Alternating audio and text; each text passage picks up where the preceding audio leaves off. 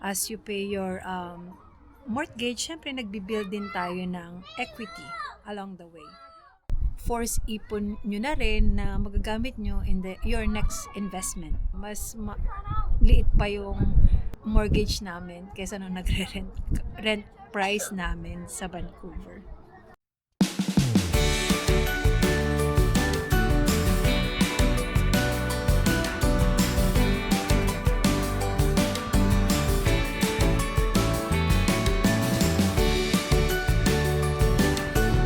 Hey fam! So, andito kami sa playground ngayon. Excited na yan, oh. Who's excited to go to the playground? Huh? Kuya too? Me? I want to hear a big me. Me! Okay, very good. Okay, andyan yung playground. Okay, let's go, mommy.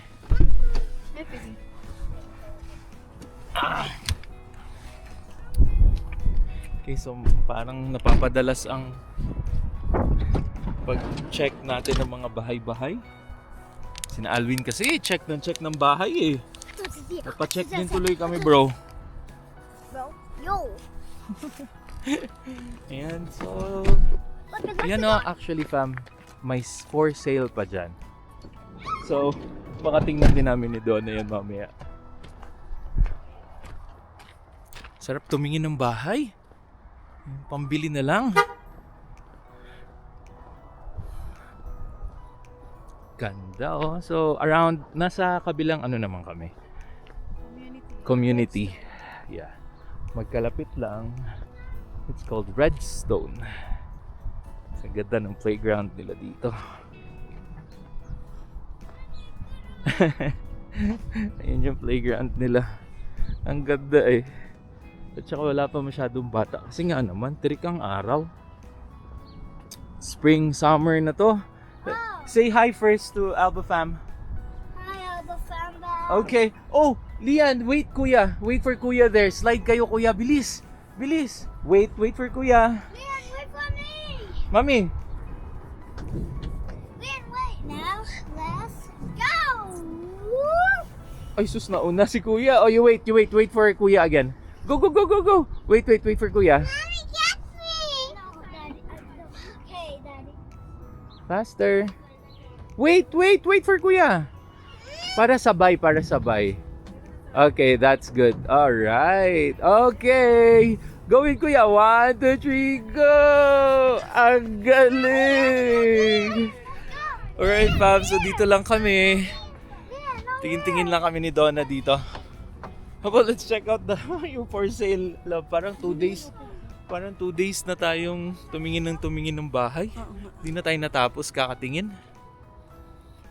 Then, enjoy naman eh. Sarap ng feeling tumingin ng bahay. Right, fam? Right here. Kung pwede lang 5 bahay eh. Kaya lang sakit ang ulo nun. Sa maintenance, pag may nasira, love. Ayan. Tsaka tagalinis. Sino tagalinis? Oh, di ako. Okay. So, dito lang muna kami. Chill. See ya later. Yan. 2 hands, ha? 2 hands. 1, 2, 3. Go. Daddy, we're higher. Yeah, higher. Can go. Baka mahulog ka.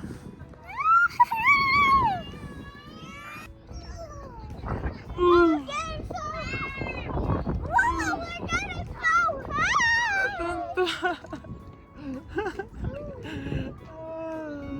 Wow. Sunny Calgary. Nakalabas lahat ng mga bata.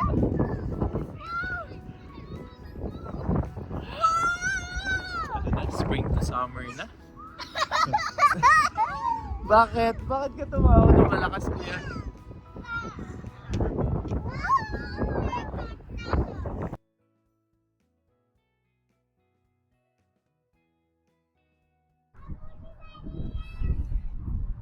Ayan, ang ganda ng panahon, fam. Andito kami sa neighborhood community sa Redstone. Pinaglalaro lang namin ang mga kids kasi maganda nga ang panahon, and we usually go out talaga pag weekend. Oh, be careful! Up! So nagtingin-tingin na nga kami ng mga bahay ulit. Kasi parang may nadaanan kami dito sa may Cornerstone. So might as well chinek na rin namin this past few days. Ayun, parang naiisip na naman namin mag-upgrade na. Pero syempre, ayaw naming magmadali na naman kasi wala pa nga 1 year yung townhouse din. So, baka tingin-tingin lang tayo para ma-budget din namin kung pwede na kami mag-upgrade or another year waiting ulit para ma-budget natin ang ating financial. Kasi syempre, ang mamahal na ng mga bilihin ngayon. Tapos, nagmamahal na din ang bahay dito sa Calgary. So, kaya, we'll see. Kaya nga, para napag-usapan namin ni Lawrence kahapon ba o last night? Na parang, ano sa tingin mo mas okay? Yung maging homeowner ka? Or okay pa rin na mag-rent ka? So, sabi ko sa kanya, well, based on our experience, pareho naman natin siyang na-experience renting for how many years? Even we're in Singapore pa, nagre-rent na kami. And then, yeah, owning a house as well for almost a year na. So, nakita namin yung difference nung nagre-rent ka lang tsaka owning a house. Let's discuss a little bit of it. So, wala namang wrong or right. Mas preference nyo na mag-own ng house or mag-rent lang. And Daddy is here. Yeah. Sabi Ano ba ang ko pag-usapan natin? magkwentuhan muna tayo about renting and owning a house. Since pareho natin siyang kasi, na-experience. And kasi parang recently, tumitingin-tingin tayo ng mga bahay. Mm-mm. So you want to have that topic? Sure. Mhm. So what's the current market condition ba of Calgary? Is it getting better? I think it's stabilizing. So hindi masyadong gumagrabe yung mga presyo dito sa Calgary. Mm-mm. Plus the interest rate, I think Bumaba. mas bumaba na talaga compared to Dati nung nung kami yung atin. kumuha. Yeah. Kasi yung kuha namin is 4.59 eh. Or 4.29, parang gano'n. Yeah. So right now, I think naglalaro na lang sa 3.99 to 4 Nakita siguro. natin Yeah, yan. 3.99. Okay. So, it's the comparison whether or not it would be best to own a property, Or, which I could think a lot of costs that's included.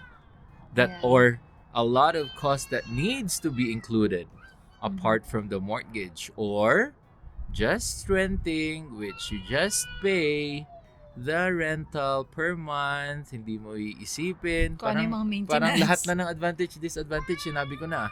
Anyway, let's go back to the topic. So, first is the segment of pros and cons of renting. Renting muna tayo, renting. Kasi doon naman nagsisimula ang lahat. Let's just continue. Tinawag ng kids si Daddy. So, ang masasabi lang namin, pros nung renting is flexibility. Kasi kung hindi ka pa naman talaga decided kung saan kayo location nyo, dali kang makamove, and alam mo yun, wala kang masyadong kailangang i-settle for moving out. Tapos, of course, lower upfront cost lang kasi hindi mo kailangang maglabas ng malaking down payment. Usually dito sa Canada, half month deposit lang yung kinukuha nila. Parang security deposit mo lang yun while you're renting.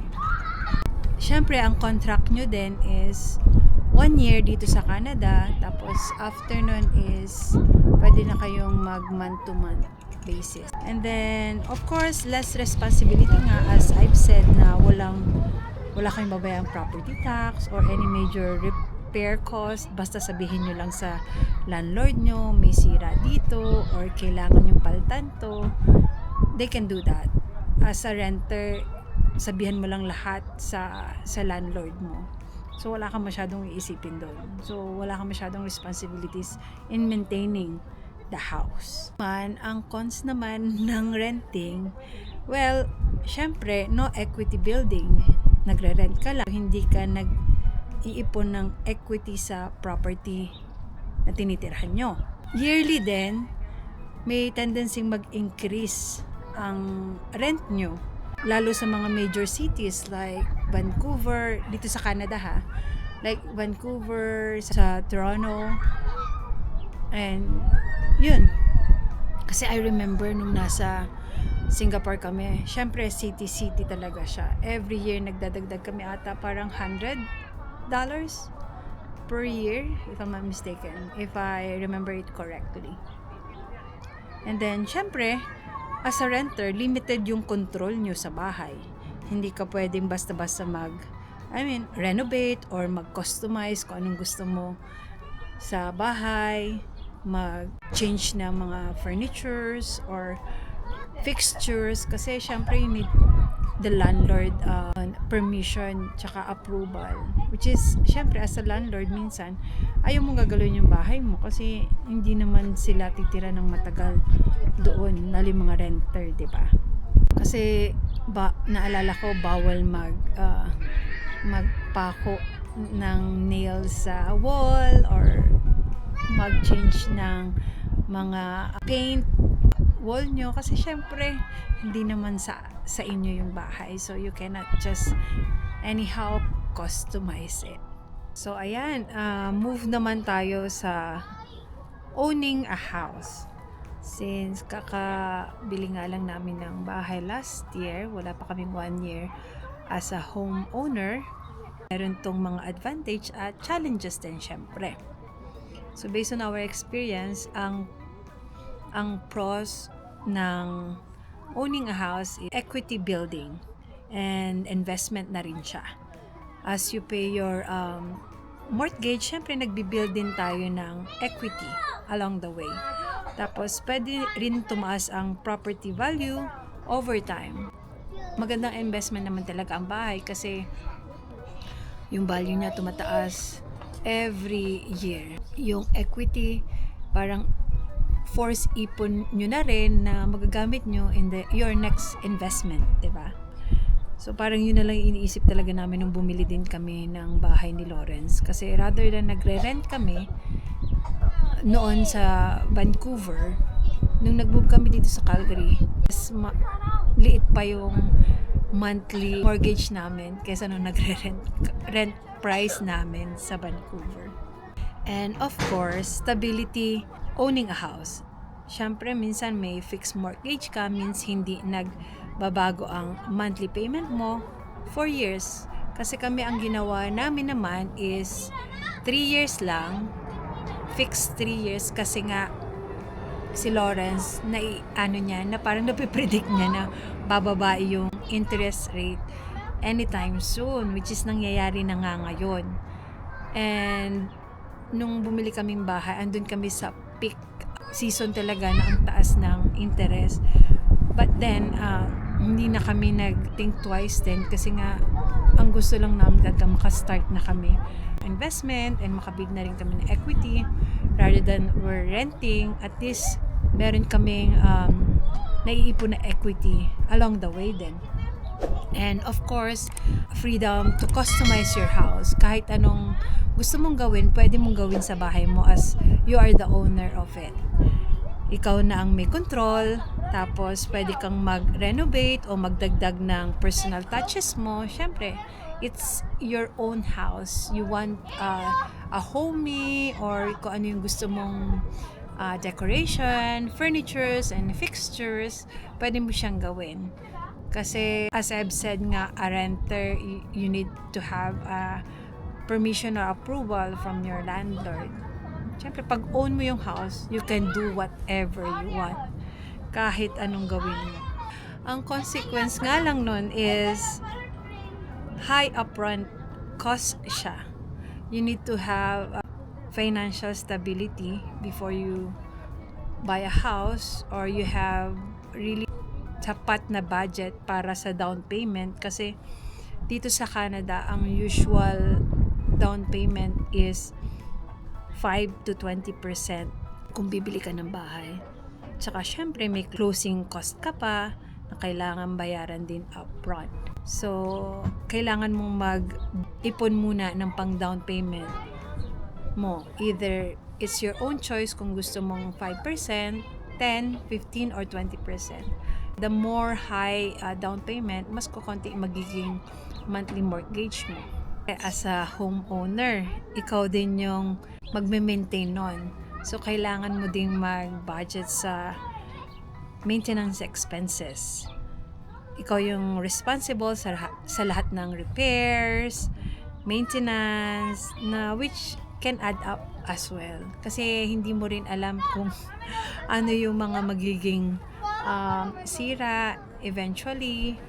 Like, syempre, kami nga naranasan namin nung first experience namin ng hail dito sa Calgary. We really don't know na nag-hail dito. And nasa northeast pa kami. So talagang nagpa-welcome ang Calgary sa amin ng hail. So merong damage na nangyari. Kaya medyo yung condo fee namin tumaas for this year 2025 kasi we need to add up dun sa budget ng condo fee namin kasi medyo malaki yung mga naging sira din. Isang example yon na kailangan din na you need to budget for it as a homeowner. Sudden maintenance or repairs na kailangan meron kang talaga budget dun. And less flexibility din kasi mas mahirap nang mag-relocate. Kasi nga kailangan mo munang ibenta yung bahay mo as a owner before you move to somewhere else. Syempre ang daming mga settlement nun. You need to contact realtor, hindi mo alam kung gaano katagal mo mabebenta yung bahay. Syempre, ano na rin presyo ng bahay. Hindi siya ganun ka-flexible, unlike you as a renter. So, yun lang yung masasabi namin na experience din namin na as a renter and a homeowner. Well, let's compare the monthly cost of renting versus owning. For example, dito sa Calgary, let's say ang renting dito average is 2,000 ng 2-bedroom apartment. No property tax or maintenance fees. So usually magiging annual cost mo is mga 24,000. Owning a house naman dito is, let's say mortgage mo yung average is 2,500 monthly. Include na natin yung property tax. And then mag-add ka rin ng maintenance, which is $300 per month. So ang magiging annual cost mo dyan is 33,600. On top of that, nagbi-build ka pa ng equity. Pero syempre, depends on the market nga natin, yung equity mo, nagdedepende din doon.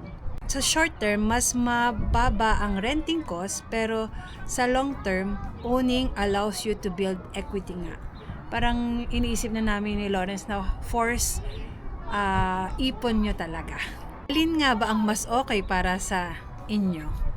Kasi, siyempre, iba-iba tayo ng stand kung okay sa inyong renting or okay din sa inyo ang owning a house. So, ang masasabi ko, renting is better if nasa early stage pa lang kayo ng career or unsure pa kayo sa long-term location nyo talaga. Gaya namin nung sa Singapore, which hindi naman din talaga kami nagplanong bumili doon kasi hindi namin alam kung magtatagal kami doon kasi nga we're not a permanent resident talaga doon. Kung gusto nyo rin ng lower upfront cost and flexibility nga, as I've said, mag-rent lang talaga muna tayo. Kung ayaw nyo din ng masyadong maraming responsibility sa maintenance, yung gusto nyo lang na passive lang kayo na kung ano yung nasira or kung ano yung need na maintenance, sasabihin nyo lang sa landlord at sila yung magpapagawa. Hindi nyo kailangang maglagay ng budget for it kasi sasabihin nyo lang sa landlord, sila na yung magpapagawa talaga. Or for us naman, owning is better kasi if handa ka na talaga for a long-term investment. Kasi, syempre, sobra yung magiging commitment mo as you own a house din. And dapat may stable income ka na at kaya mo nang magbayad talaga ng mortgage payment monthly. mahirap, pero it depends talaga on how your financial status is na rin. Kung gusto mo ng bahay mo is customized and nagbi-build na rin kayo ng equity, it's good to own a house talaga. Wala namang tama o mali ang sagot dito, pero it all depends sa financial situation at lifestyle na gusto nyo. Comment down below kasi syempre gusto din nating malaman kung may mga iba-iba kayong opinion as a renter and as a owner of a house. Andito pa rin kami sa playground. Naglalaro pa sila Lian, Davon and Daddy dito. Ayan. Sa Redstone lang kami. Ayan. Hi si fam! Daddy. Welcome back! Ako pala ang welcome back.